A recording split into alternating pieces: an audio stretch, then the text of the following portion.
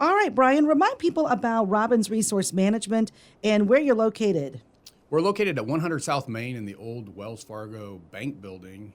What we do is we buy and sell wood and pallets, and we have a wood pallet division, Wood Pallet Pros, and then we also work with plastic pallets, containers, crates, and that's Plastic Pallet Pros. So we have two different divisions underneath Robbins Resource Management. We also have a logistics team, and then we also have a warehouse with people working there, rebuilding pallets, repairing wood pallets, repairing plastic pallets. So there's quite a few different things going on, and we also do some warehousing and do some work for some local businesses there. Okay, great. So let's talk about the two different divisions, Plastic Pallet Pros, as well as the brokering side. That's nationwide, right? Yes, it is. And our sales team, we don't technically have. We're trying not to have like territories, but they still work in certain sections of the country. On the plastic, it's a little bit more widespread, but then we do work with Aldi's, Target, companies like that, and then they're nationwide, companies themselves. And so the sales staff work with multiple locations throughout the states. And so it gives us the opportunity to travel some. Sometimes you are ready not to travel, but it gives us the opportunity to be able to go out and see our vendors and see our customers. A lot of discussion about plastic versus wood versus plastic, both environmental. Kind of describe what goes into your thought process on the pallets. Well, what we've done is we've taken the middle road, because there's times where wood is the answer and there's times where plastic is the answer. Wood makes up over 90% of the market out there, so it's still the number one pallet, the 4840 standard what they call a GMA pallet, which is really no longer a GMA pallet, but and that's just in the grocery division. So that's the largest segment of the business.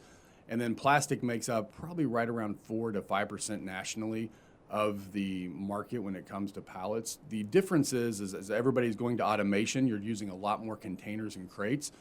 And as people start looking at, your Amazon being delivered by drones and things of that nature, it's going to have an impact on the pallets. I mean, it's going to be something. I was in Target centers yesterday, distribution centers, been in a couple of them the last couple of days, and they put everything on the floors. Like they do not have things coming into their facilities from their distribution centers on pallets, and they do not send out to their stores on pallets. And so you see some people making these switches.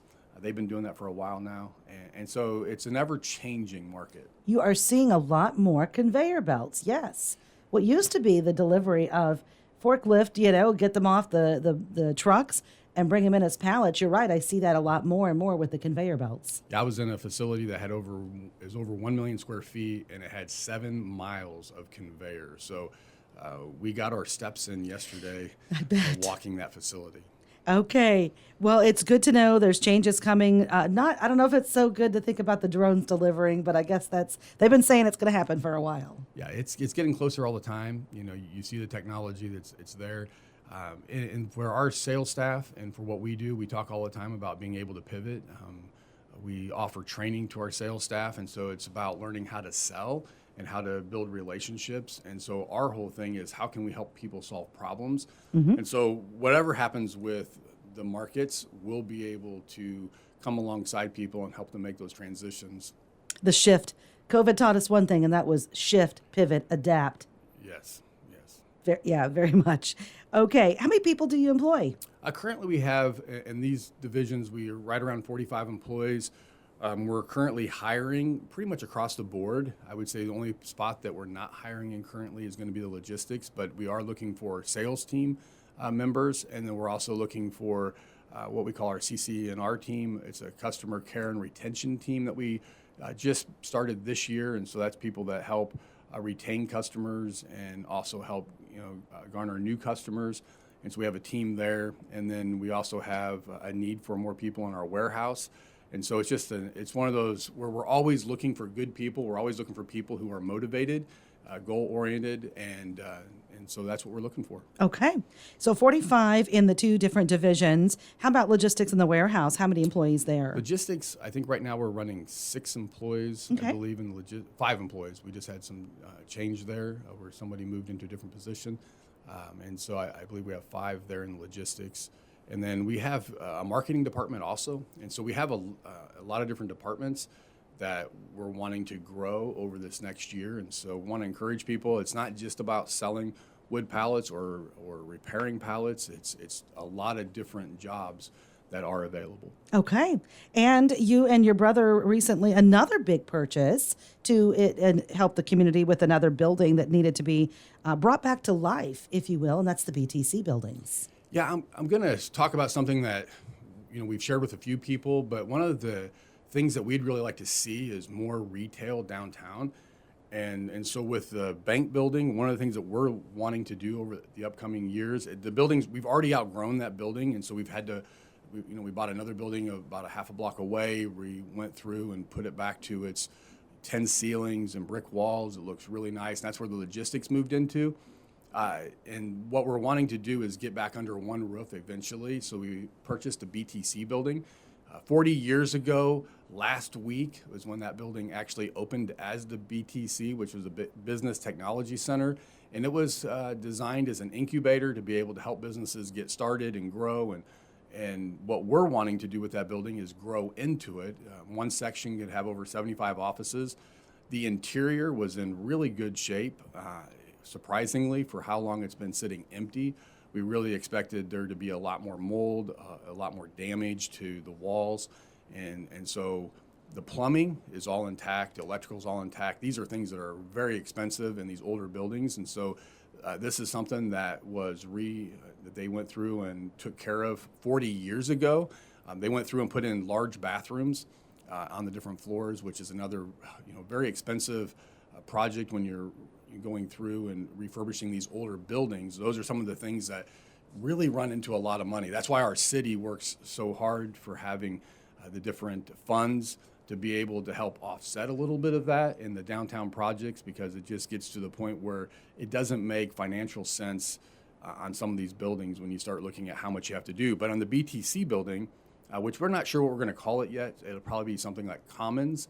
But we want to be able to offer for people to have office space, possibility of light manufacturing in the buildings next door, and then be able to have, working with MCAP, the economic arm of Monmouth, to be able to look at businesses that maybe they're operating out of their home right now and they want to move into more of an office setting. Maybe they're to the point where they want to hire employees, or maybe they're at a point where they need some other services like someone answering the phone, marketing and things of that nature. We want to be able to offer some of those things through that building. Okay. And what was the building itself? Where's it located?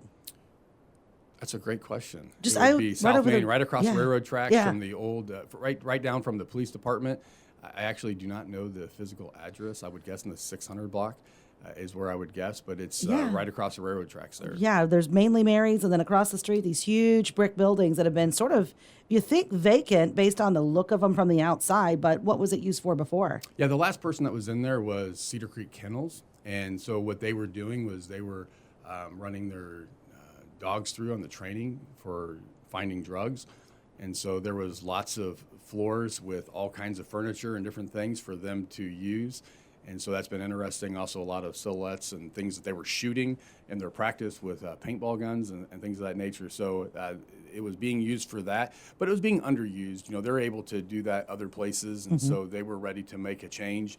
And now, looking towards the future and the idea of having 75 offices in that one building, is something where whether they're people working for Robbins Resource Management, which a good majority of them will be, but then also being able to offer for other people to be able to work in there, and then looking at getting nonprofits or accountants or different businesses that are not necessarily doing any retail downtown. If we can get them to possibly move into the bank building, the old Wells Fargo, the idea would be to open up more locations in the downtown to help with the wine shop and Maud's Speckle Bellies and the other businesses down here to increase the retail. And we believe, and then through the work that MCAP's doing and the chamber, we believe there's a lot of opportunity in the next year for things like that to happen.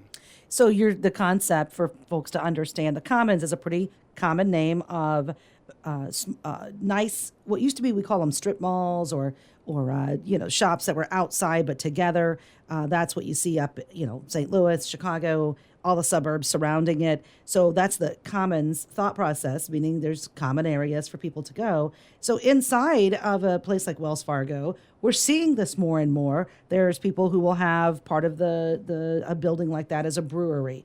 There might be 3 or 4 different places to eat that are usually a food truck, but this gives them a communal kitchen. There could be 6, 7, 8, different retail shops, and so this is done on a larger scale in bigger cities with bigger buildings. We're looking at possibly doing it right here. Yeah, and that's one of the things that works out really well is like in the Wells Fargo building, we've built conference rooms. We have a kitchen, a full kitchen in there, and so you're able to have those areas that businesses would be able to use that they might not currently have.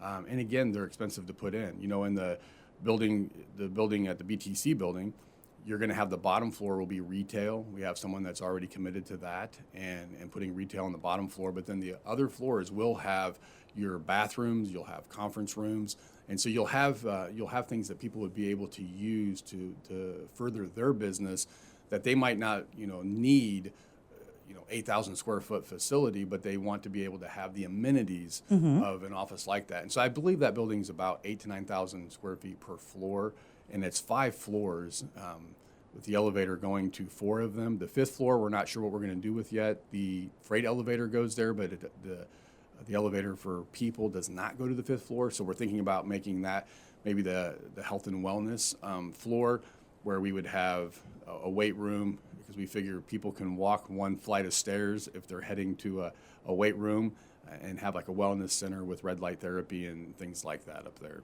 Okay, cool. Thank you for the update. Well, hey, thank you. And congratulations. Well, thank you, and looking forward to how we can better serve the community, and then always, like we said, you can just stop by or go online, and you're able to drop off a resume or fill out an application, or go online and fill out an application there also for the different jobs.